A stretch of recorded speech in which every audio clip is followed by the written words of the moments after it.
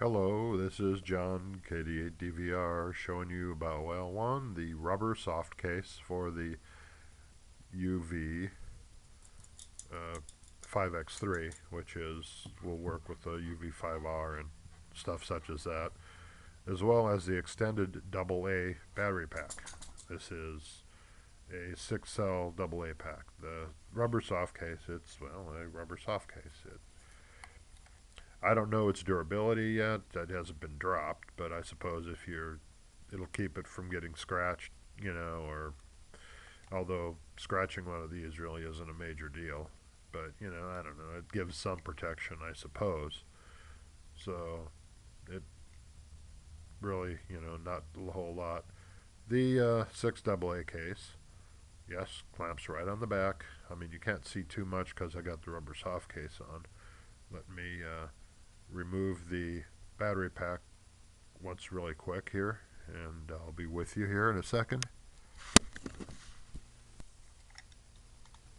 It removes the same way as any battery for this radio. Slides right out.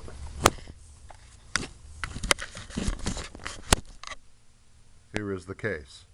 This is a generic case, so it isn't like any official Baofeng supply, so it's just one of the cheap ones off of eBay.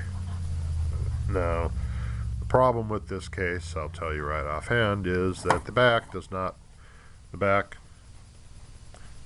has a button that says push. If you can see it, I doubt in this lighting condition. Then you would then open it up. That you can disregard. It has the built-in feature of simply just coming open without having to push. This is a common complaint with many people, that the case does not sit snug. However, when it's installed on the radio, with the force of the belt clip or the force of the radio itself, it goes on the radio, like this. So basically, all the force of everything holds it together. So it's, yeah, what it is. This has, well, the batteries fell out. I'm using 6 AA nickel metal hydrides. Okay, and you do not want to use 6 AA alkalins, because that will take your voltage too high. A lot of people wonder, they put batteries in the radio and wonder what's going on when the radio doesn't operate. It will not transmit. Because the voltage is too high, the radio says no thank you.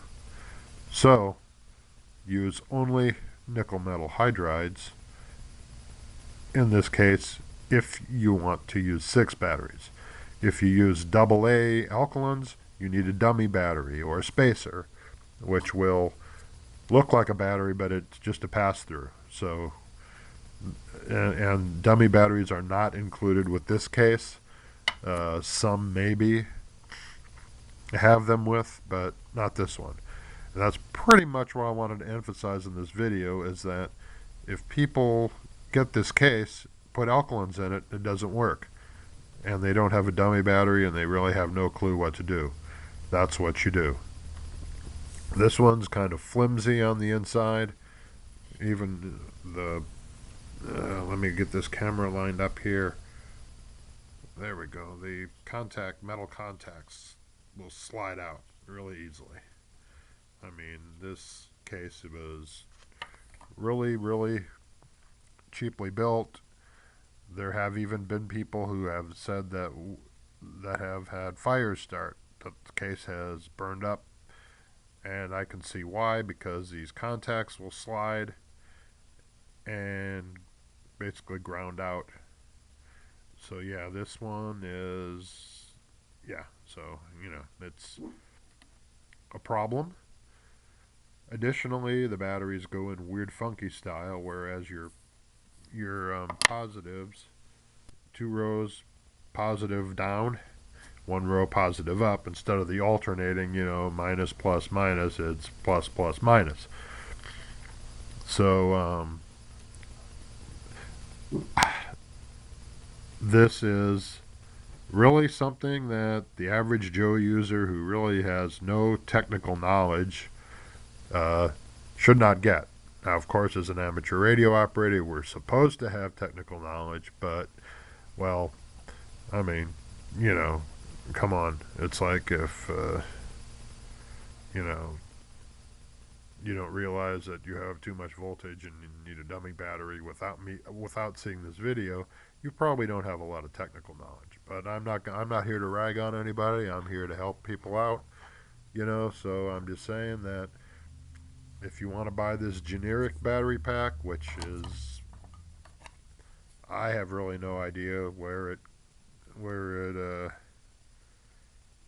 there's some cautioning statements on it that says, before using this battery case, read the transceiver's manual carefully. Okay, that really helps nothing. When installing NiCad batteries, make something.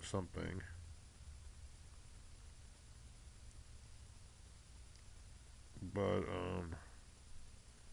I don't even think there's anything, a warning about alkaline batteries on it. So when you use this case, use nickel metal hydrides unless you have a dummy battery, or buy dummy batteries. If you use this case, make sure your contacts are aligned properly, or you will burn up your battery pack, your radio, and possibly yourself, and possibly, if it triggers, you know, the built-in burn mode, as I'll call it, your house or any other place. So, do I recommend the purchase of this battery pack? No, I do not.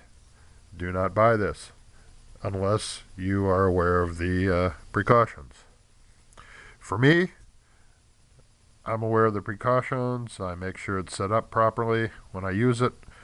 But honestly, if I had the opportunity to buy this again, I would not. It does work. It does work well for me.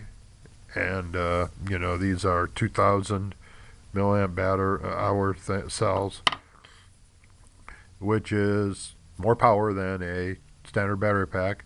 And additionally, if someday they were to discontinue the built-in packs, you know, the stock packs, well, which I don't have with me right now, you have a way to power this radio. Now, with the popularity of the UV-5R, everybody and their brother has batteries out there and makes them, you know, so it's a current design. You know, there'll be batteries to be had for a long time. But still, I always like the option to go AA. So there you have it. The really negative review of this pack. Yes, I will use it. But again, you know, I know what the drawbacks are and the dangers involved. So hopefully this was informative and all that, and you know, hopefully there might be more videos to come, you know, me dealing with the tri-band BTECH UV-5X3. I always forget the name. A couple other videos I have, probably forget the name too. It's a tri-band, 2 meter, 220, 70 centimeter. Take care.